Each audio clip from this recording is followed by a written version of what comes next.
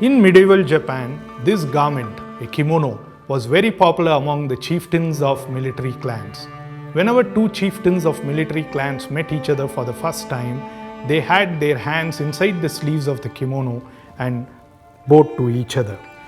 It was rumored that some of the chieftains even had secret compartments in the sleeves of their kimono that contained poisonous knives that could be thrown at the visiting chieftain if he had come with any funny ideas. The host of the meeting would, after the dialogue has progressed for a while, slowly remove his hands from the sleeves of the kimono with an open-handed gesture. The visiting chieftain would respond by saying, "I am honored."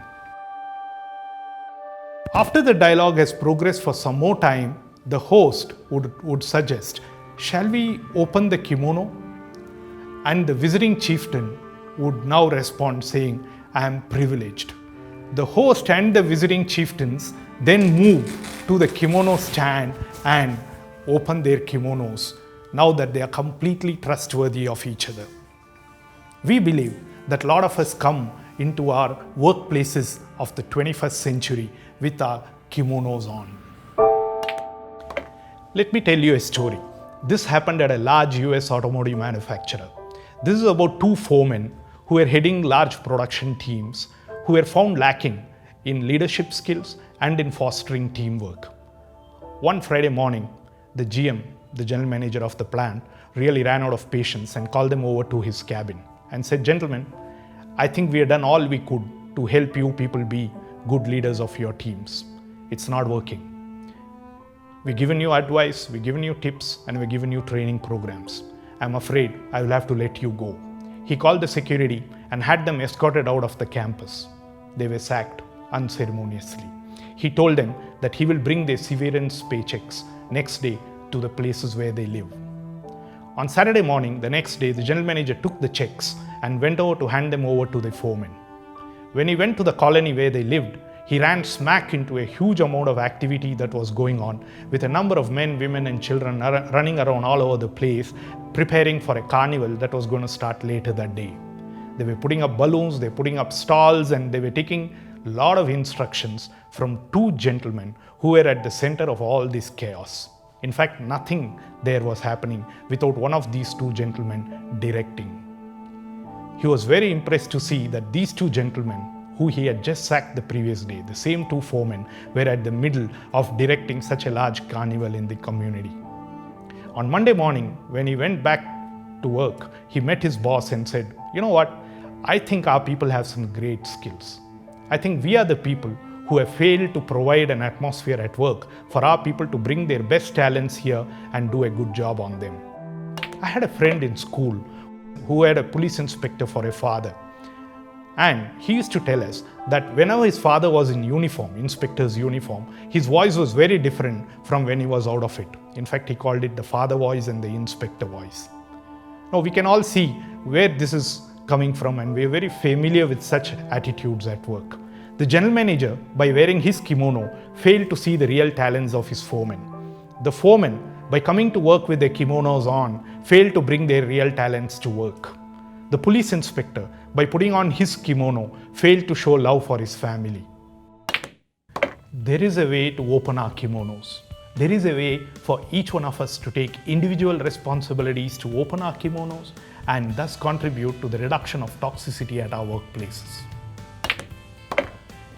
We call this LKF, Little Known Facts. Little known facts are small, simple things that happen in your life that you can share with people around you. These are things that we don't normally share with strangers first off. We are suggesting that you do not wait for people around you who are initially strangers to become your friends. Just start sharing your LKFs with people around you. How do you get to know the LKFs of people around you? You start off by sharing your own LKFs first. There are two rules about LKFs. 1, you go first. 2, keep going. I had this manager who once came up to me and said, "You know what, I've been sharing hundreds of LKFs with people around me all these months, and I don't think I got proportionate number back from them." I said to him, "That's just a sign of the trust deficit in the team. Just keep going, it will turn around. Don't ever stop sharing your LKFs with people around you.